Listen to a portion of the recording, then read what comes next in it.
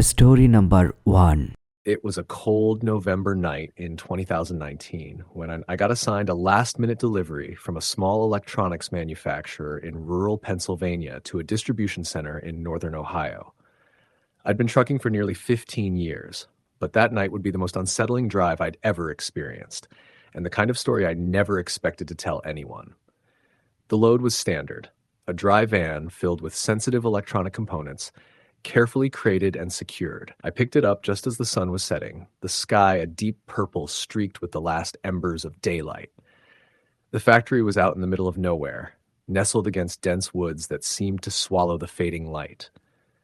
I remember the chill in the air, the kind that seeps deep into your bones, even with the heater cranked. My plan was simple: drive through the night and make the delivery by early morning. I'd done this route many times, so I felt comfortable and ready for the long haul. The interstate wasn't busy, just a few cars and trucks scattered along the way, all of us wrapped in our own bubble of headlights and engine hum. About 3 hours into the trip, somewhere near the outskirts of Youngstown, Ohio, I noticed my CB radio was picking up a strange interference, an odd buzzing sound underneath the usual chatter. I switched channels, but the noise persisted. Then, faintly, I thought I heard a voice. It was too soft to make out clearly, but it sounded like someone whispering, almost pleading. I shook my head, chalking it up to static or some glitch. The radio had always been a bit finicky. I kept driving, eyes glued to the road, hands steady on the wheel. The highway stretched before me like an endless ribbon of asphalt, flanked by trees that cast long, dark shadows. The moon was barely visible behind thick clouds, and the streetlights were sparse and flickering. Around midnight, I decided to stop for a quick break at a rest area.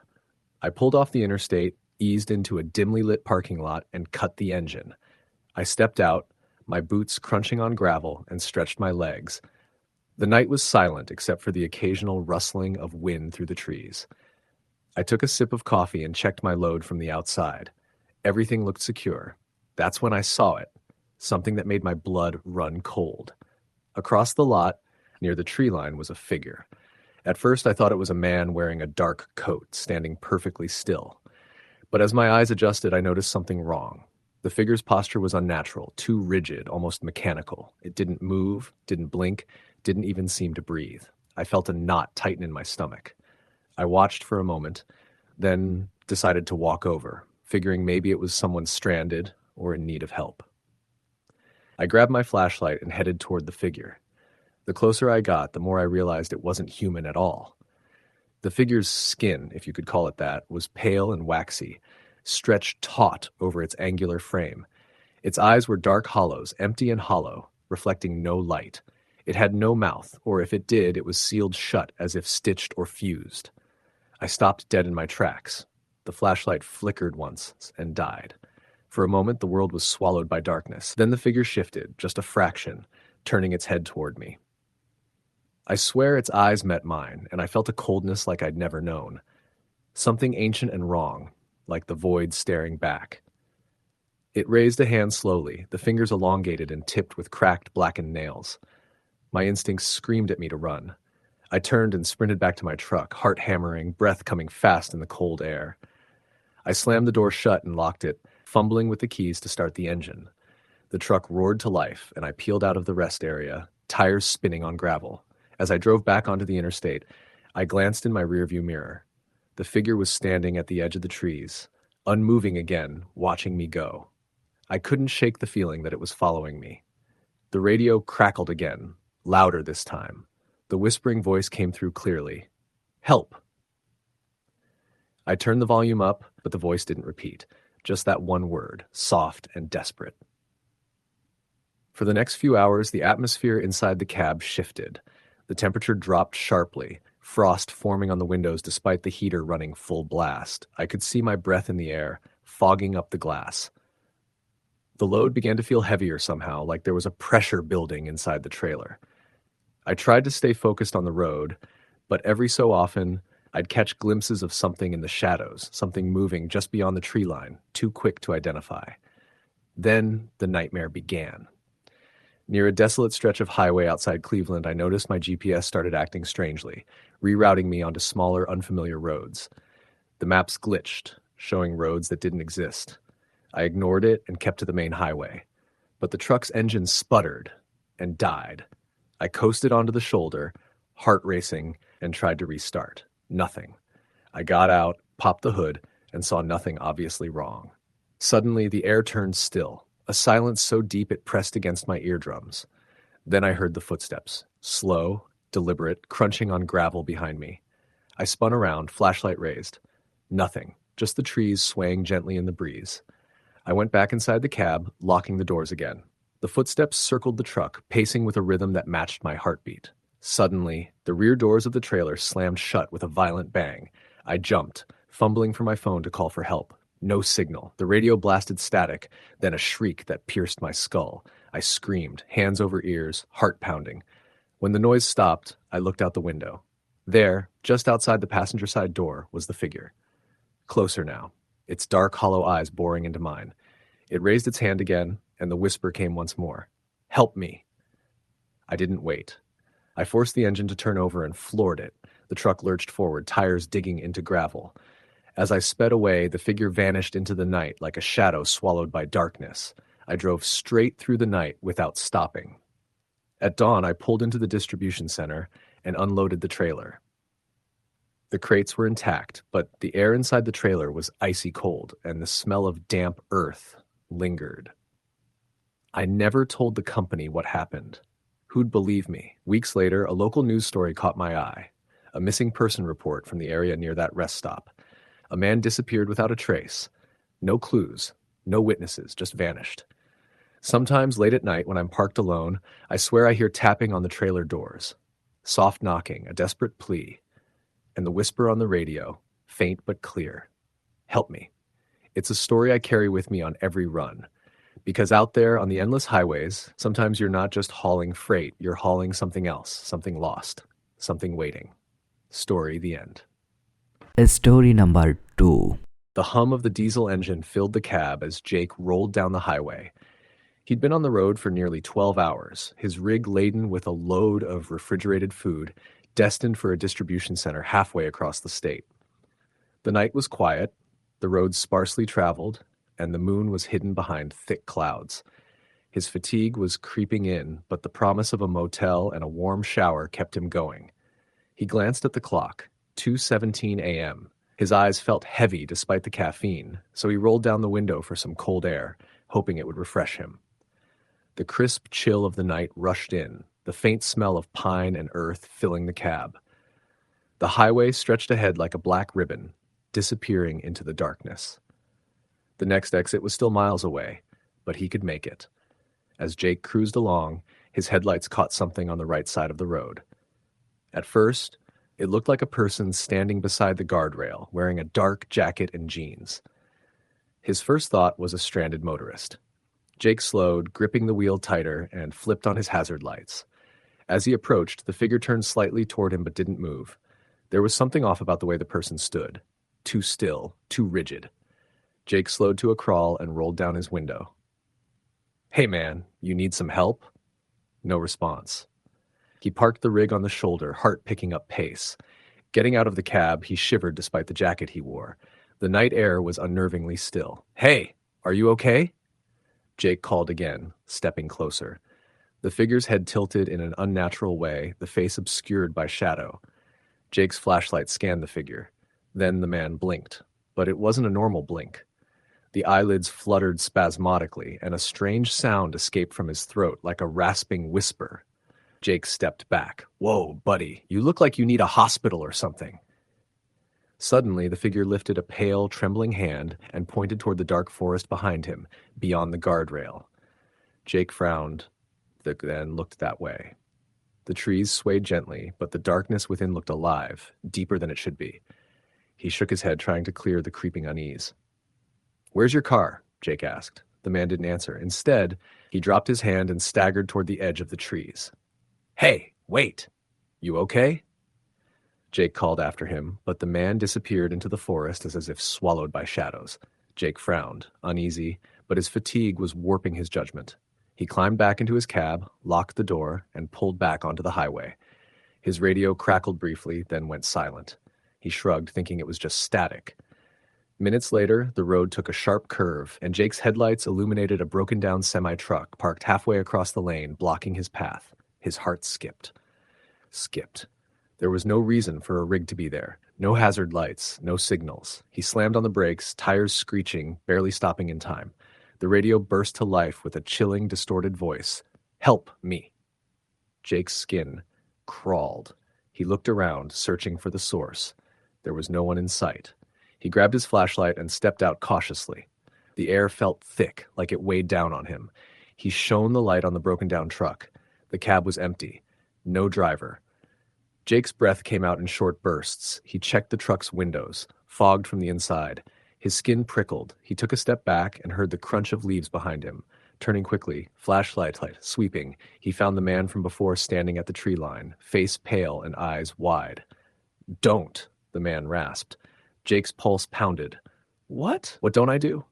The man's eyes darted back toward the highway. From the darkness beyond, a low growl echoed. Jake spun around. The highway ahead was empty again. No broken-down truck, no headlights, only silence. He blinked, confused. "Where did it go?" The man whispered. "They never leave." Jake's heart pounded as the man stepped closer. His features were distorted, skin blotchy, eyes sunken. Jake took a step back. The man reached out, voice cracking, "You have to run before they find you." Jake stumbled back to his cab. The engine wouldn't start. His hands trembled as the growling sound rose behind him, deep and guttural. He looked in the mirror. A shadowy figure emerged from the trees. Tall, gaunt, with elongated limbs and glowing red eyes. Jake fumbled for his keys. The radio blared the voice again, this time urgent and loud. "Run!" The figure advanced. Jake hit the ignition. The engine roared, and he slammed it into gear. The truck lurched forward. The growling faded. The figure dissolved into the fog. Jake drove with no regard for speed, heart hammering, eyes scanning every shadow. Finally, the fog lifted. The radio returned to normal. The roadside returned to emptiness. He pulled into the next rest area, shaking. He told the attendant about the man and the figure. The attendant nodded grimly. "You're lucky you got out," he said. "People say those woods are cursed, lost souls, demons. Some say the highway's haunted by those who died here." Jake never took that route again. But sometimes when driving at night, his radio picks up static whispers. Voices warning him, reminding him that the highway is watching. Story the end. Story number 3. The sun was setting when I got the call. A last-minute load that had to be picked up in the middle of nowhere and delivered by dawn. I'd been driving trucks for over 15 years, mostly interstate hauls on the big highways. But this was different. The pickup was out near a little town called Ravens Hollow, somewhere in western Pennsylvania, off the beaten path and surrounded by dense forest. The dispatcher said it was a priority load. Electronics destined for a warehouse in Ohio. "No big deal," she said. "Easy run." But I knew better. When they say easy run, it's usually anything but. I left the terminal in Pittsburgh late afternoon and headed east, the interstate humming under my rig's tires. The weather was getting colder, the air sharp with the promise of winter. By the time I hit the exit for Ravens Hollow, twilight was falling fast. The town was small, just a cluster of houses and a few stores along the main drag. From the highway, the road to the pickup point twisted sharply into the trees, a narrow 2-lane lane that vanished into thick shadows. I followed the GPS, but it felt off. The screen kept glitching, showing the route fading in and out like static on a bad TV channel. I brushed it off and kept going, the beam of my headlights cutting through the darkness like a knife. After about 10 miles, the road narrowed even more. The pavement cracked and littered with fallen leaves. Trees arched overhead, their branches tangled like fingers. Somewhere off to the side, I thought I saw a flicker of movement, maybe a deer or a raccoon, but the night was too dark to tell. I pulled into a gravel lot by an old warehouse building that looked like it hadn't been used in years. The sign was faded, the paint peeling. I keyed my mic to call dispatch. Static. Nothing. I tried my phone. No signal. Just dead silence on the line. I climbed out, grabbed my flashlight, and headed inside the warehouse to check the load. The door creaked open and a cold draft hit me, carrying the scent of damp wood and something else, something rotten. Inside, the crates were stacked high, sealed tight, just as they said, but something felt off. The shadows inside the warehouse stretched like they were alive, and the air was thick, heavy. I heard faint scraping noises from the back of the building, but when I shone the light, nothing was there. I locked the trailer and climbed into the cab, trying to shake the unease. I told myself it was just the isolation playing tricks. Back on the road, the night closed in tighter. The radio crackled to life with bursts of static and a faint whispering, barely audible. I turned the volume up. A voice, soft and broken, said, "Help me." I slammed the dial back down, heart pounding. I've heard ghost stories from other truckers, tales of hitchhikers who vanish, phantom trucks that follow, and strange lights in the woods, but I always figured they were just stories. Now, I wasn't so sure. As I drove, the temperature dropped suddenly.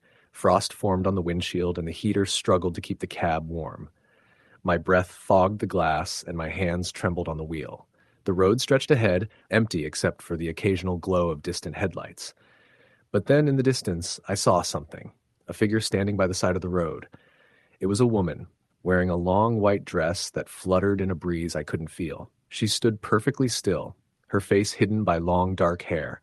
I slowed down, intending to stop, but the moment I got close, she vanished. No trace, just the cold night air. I shook my head and pressed the accelerator, telling myself it was a trick of the light or exhaustion.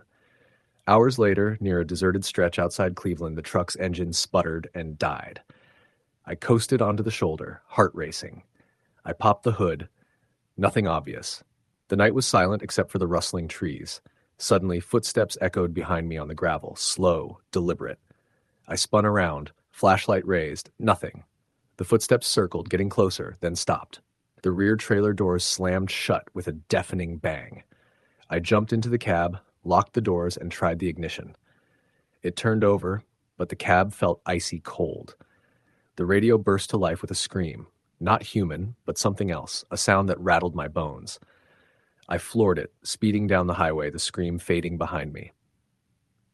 The delivery was late, and when I finally got to the warehouse in Ohio, the crates were damaged, claw marks shredded the wood, and the air smelled of decay. I quit that route after that night.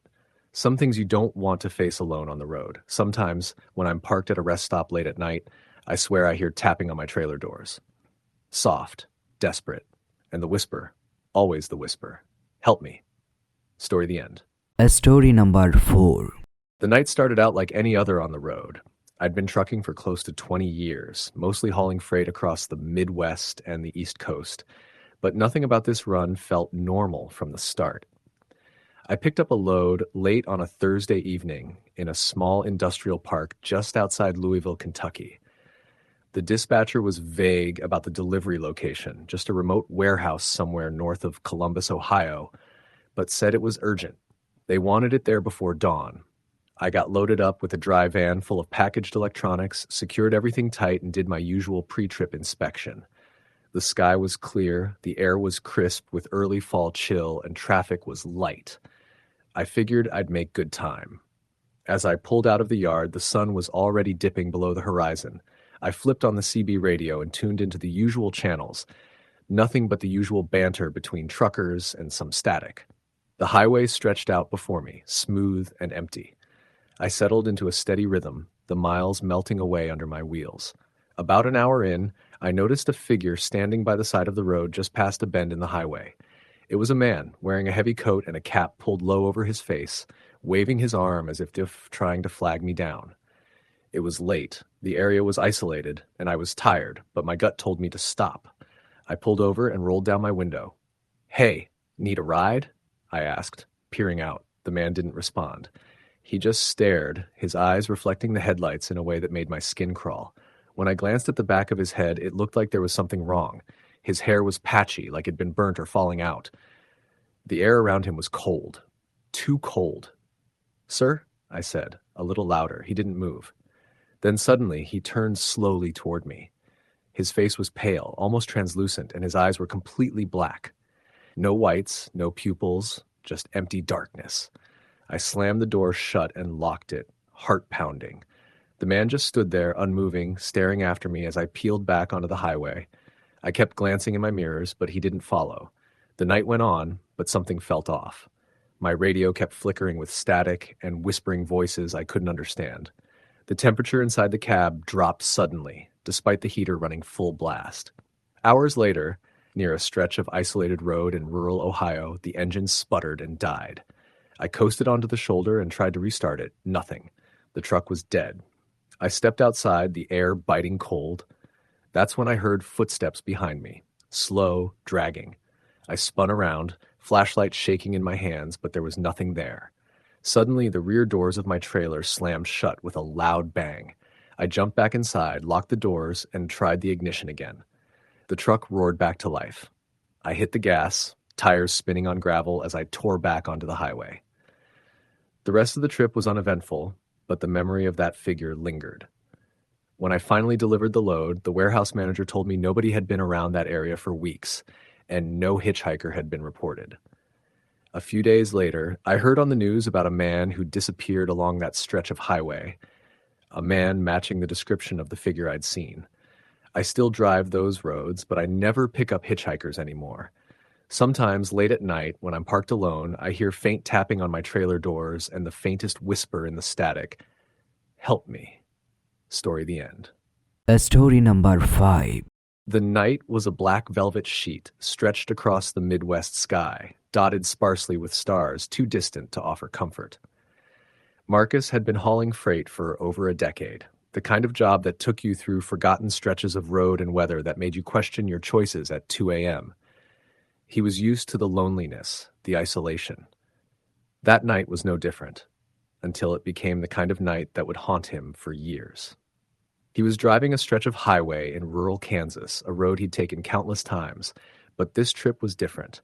The sky was heavy with low-hanging clouds, threatening rain, and the air smelled damp and cold. The GPS was glitching, flickering between different routes, but Marcus trusted his experience more than the tech. His rig, a beat-up Peterbilt he'd affectionately named Old Blue, rumbled along the cracked asphalt, the hum of the engine keeping his mind from drifting off. His load was a refrigerated trailer filled with produce, so he was conscious of the time. The clock on the dash showed it was just past midnight. A long stretch of highway lay ahead, with only a few small towns dotting the map. Suddenly, the radio burst with static, then a faint voice, a woman's whispering words Marcus couldn't make out. He frowned and fiddled with the dial, trying to clear the interference. The voice faded into nothingness, leaving only the low static hum. He shrugged and kept driving. As he rounded a bend, flanked by thick woods on either side, the headlights picked up a figure standing motionless at the side of the road. A woman in a long, flowing white dress, drenched from the mist settling over the area. Her hair was dark and long, hanging wet and tangled over her shoulders. She was barefoot, standing in the shallow ditch just off the pavement. Marcus slowed instinctively, gripping the wheel tightly.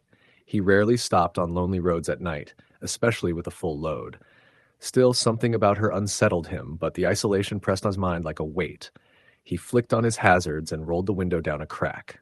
"Hey, you need help?" His voice cracked more than he wanted. She didn't respond.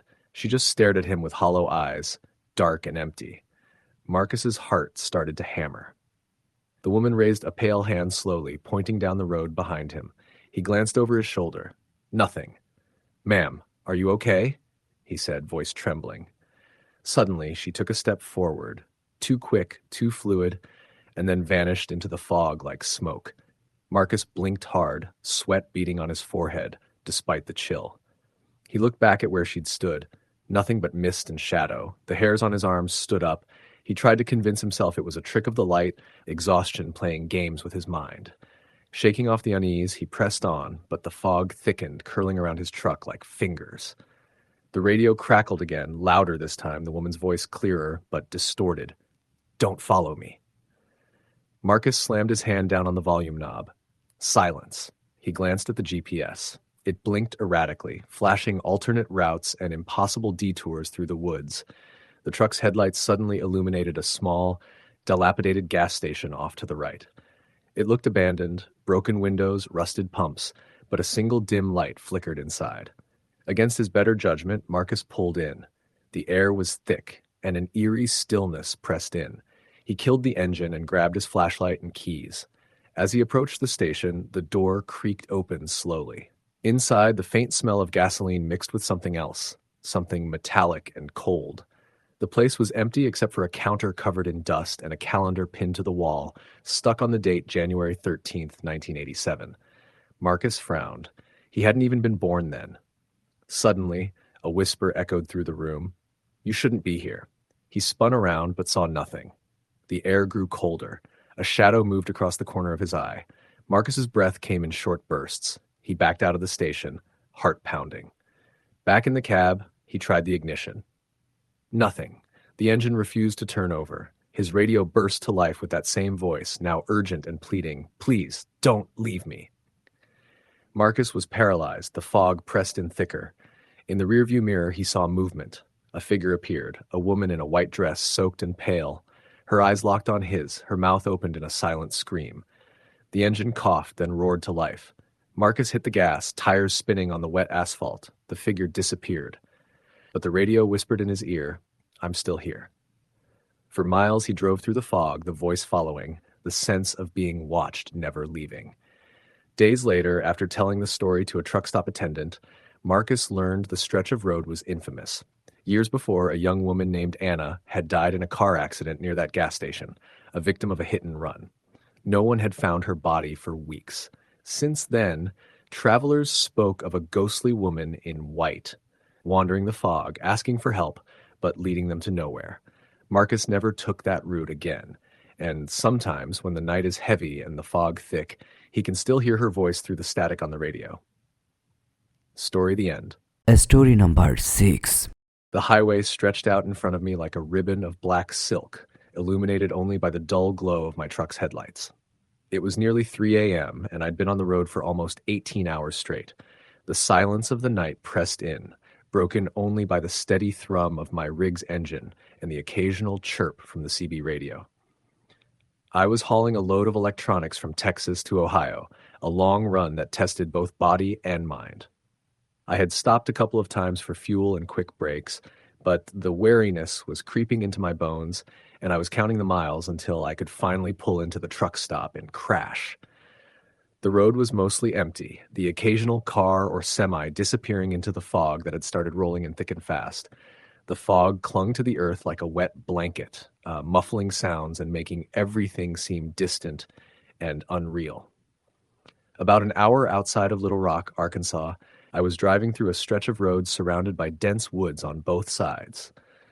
This area was notorious for wildlife crossings, and I was on high alert when something suddenly appeared just off the shoulder of the highway. I barely had time to react before I slammed on the brakes. A man was standing there, middle-aged, wearing a dark hoodie and jeans, his face pale and gaunt in the foggy glow of my headlights. At first, I thought maybe he was hitchhiking, but his posture was strange, stiff, almost unnatural. I slowed to a stop a few feet past him and killed the engine. I wasn't about to pick him up. Trucking teaches you to be cautious about strangers, especially at night, but I couldn't just leave someone standing out there alone. I grabbed my flashlight and stepped out of the cab, the cold fog curling around my boots. I called out, "Hey, you need some help?" No answer, just silence, thick and heavy. The man took a step toward the road, then stopped abruptly, staring past me into the darkness behind. I turned to look, but there was nothing but trees and mist. When I glanced back at him, he had disappeared. My heart skipped a beat. "Where'd you go?" I muttered, shining the flashlight into the trees. There was no sign of him. I checked the shoulder, no footprints, nothing. Shaking my head, I went back to the truck, locking the doors behind me. The silence inside was deafening. I turned on the radio to break the quiet, but all I got was static. Then, faintly, a voice whispered through the crackle. I leaned closer, trying to make out the words, but it was just an unintelligible murmur, almost like a sigh. I rubbed my eyes. Must be fatigue messing with me. I restarted the engine and pulled back onto the highway. A few miles down the road, the fog thickened to the point where I could barely see 100 feet ahead. The beam of my headlights was swallowed whole by the mist. The world became muted and strange. I kept my speed slow and steady. Then I saw it again. A figure standing in the middle of the highway, illuminated by my lights. It was the same man, or so it seemed, but now he was directly in my path. I slammed on the brakes and the truck screeched to a halt just feet from him. This time he was staring straight at me. his eyes sunken and hollow, his face twisted into a grotesque grimace. He reached out a hand, fingers curling like claws. I panicked, threw the truck into reverse, and peeled off the road onto the grassy shoulder. I sat there, heart racing, staring at the fog where he had been. Then my radio crackled again, this time with a frantic voice screaming, "Get out! Get out now!" The speaker was unrecognizable, distorted and glitching. I grabbed the mic and yelled back, "Who is this? What do you want?" Silence. I killed the radio, grabbed my keys, and considered calling 911. But there was no cell signal. I looked out the windshield and the figure was gone.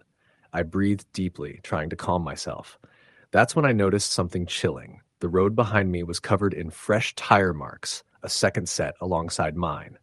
But there was no other vehicle visible anywhere. I felt eyes on me.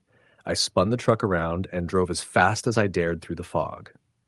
Minutes later, the mist thinned and I reached a small town. I pulled into a 24-hour diner, shaking and sweating despite the cold. The waitress eyed me suspiciously as I ordered coffee. I told her what happened. She went pale. "That stretch of road, folks say it's cursed," she whispered.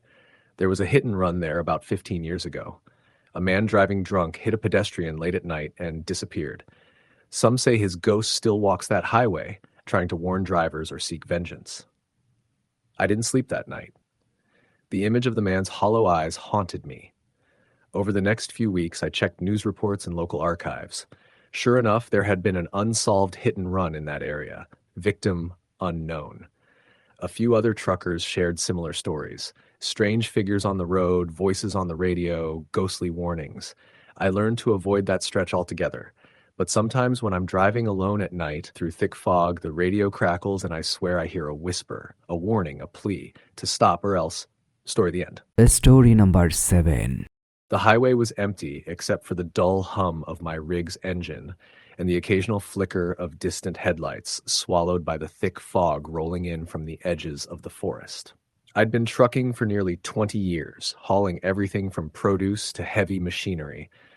But this route, somewhere between Kansas and Missouri, was one I always approached with a bit of unease. Not because of the road itself. The asphalt was well maintained and traffic was usually light. It was because of the stories. Whispered rumors told in truck stops about strange sightings, voices on the radio, and unexplained disappearances. I had never believed in those things. Not until that night. I was pushing through a long haul, just trying to make it to the next big truck stop before dawn. The dashboard clock blinked 2:47 a.m. when the radio, which had been silent for miles, suddenly sputtered to life with static. Then, barely audible over the crackle, a voice whispered, "Turn back. Turn back now." I froze, fingers tightening on the steering wheel. I scanned the dial, flipping through channels, but the voice vanished.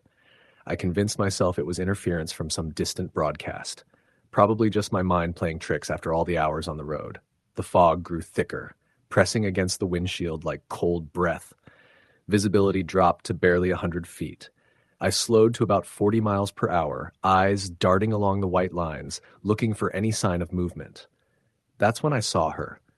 A woman standing by the side of the road, pale as a ghost in a soaked white dress. Her dark hair clung to her face, but I couldn't see her eyes. I almost slammed on the brakes, but then she raised a hand and pointed down the road behind me. My heart pounded. I wanted to ignore her, keep going, but something rooted me to the spot. I opened the window a crack and called out, "Hey, are you all right? Need help?" She didn't answer. Instead, she turned slowly and began to walk into the trees. I watched her for a moment, then checked the mirrors and pulled over to the shoulder. I grabbed my flashlight and stepped outside. The cold air bit at my skin, and the fog wrapped around me like a shroud. I followed the direction she had gone, into the woods. Branches snapped underfoot, and every sound seemed amplified in the silence. But after a few yards, I saw nothing. No footprints, no signs of anyone at all. I turned back to the road. My rig was still there, but the radio burst again with that same voice, now clear and frantic. "Don't follow." My skin crawled. I jumped back into the cab and locked the door. The engine wouldn't start. Then the radio crackled to life one last time. "Help me." I sat frozen, clutching the wheel, the night closing in around me. After what felt like hours, the engine finally roared to life. I peeled back onto the road and didn't stop until I reached the truck stop miles away. Later, over coffee, I told some other truckers about what happened. One of them nodded knowingly and said, "That's the white lady. She's been haunting that stretch for decades, hit by a drunk driver who never stopped. They say she still waits for someone to help her find peace." I never took that road at night again. Sometimes, when the radio is dead silent and the fog rolls in, I swear I hear a whisper through the static. "Turn back." Story the end. Story number 8. The night started like any other long haul for me, just me, Old Blue, and a stretch of highway that seemed to go on forever. I was making my way from Oklahoma City to Indianapolis, hauling a load of electronics that needed to be at the warehouse by dawn. The weather was clear when I left, but as I crossed into Missouri, a heavy fog started to roll in, swallowing the road and the world around me. I'd been driving for nearly 16 hours straight, the fatigue settling deep into my bones. My eyelids felt like sandpaper, and the monotony of the road was grinding on my nerves. I'd pulled over at a rest stop an hour earlier for a quick snack and a stretch, but the need to keep moving pushed me back on the road. I told myself I'd find a truck stop further down for a proper rest, but something about that night kept me uneasy. The radio was dead silent, nothing but like static filling the cab, which was unusual for the interstate. Normally, I'd have country music or the chatter from the CB, but tonight it was like the air was sucking the sound out. The fog clung thick around the truck, dampening the headlights and making the yellow lines on the highway look blurred and ghostly. About 2 hours into Missouri, as I rounded a long curve near a stretch of woods, something caught my eye out of the corner of my vision, a figure standing by the roadside. I hit the brakes hard, skidding slightly on the wet pavement, heart hammering. The figure was a woman, wearing what looked like a long white nightgown, soaked and clinging to her. Her hair hung wet and tangled around her face, and she was barefoot, standing just at the edge of the fog. I rolled down the window a crack and called out, "Hey, you need some help?" She didn't respond, just stared at me with eyes so dark and hollow, it sent a chill right through my spine. Then she slowly raised one pale hand and pointed back down the road behind me, just past the curve. I felt an instinctive shiver and glanced over my shoulder. Nothing but empty road, the fog thickening like a wall. "Ma'am, are you okay?" I asked, voice shaking. She took a step forward, but as she moved, her form seemed to flicker, like static on a screen. Then suddenly she vanished. 1 second she was there, the next she was gone. I slammed the door and locked it. I wasn't about to get out and chase after a ghost in the middle of nowhere. Trying to shake the creeping fear, I started the truck and eased back onto the highway, my headlights barely cutting through the fog. The radio crackled suddenly, a whisper so faint I barely caught it. "Don't follow." My heart leapt. I grabbed the mic. "Who is this? What do you want?" Nothing but static. I tried changing channels, but the voice kept whispering on every frequency.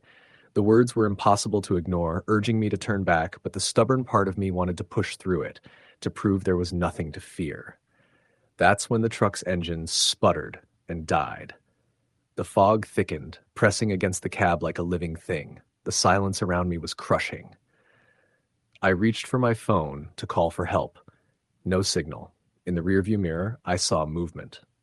A second figure, this one a man, appeared in the fog behind my trailer. His face was bruised and swollen, clothes torn and dirty, eyes wild and desperate.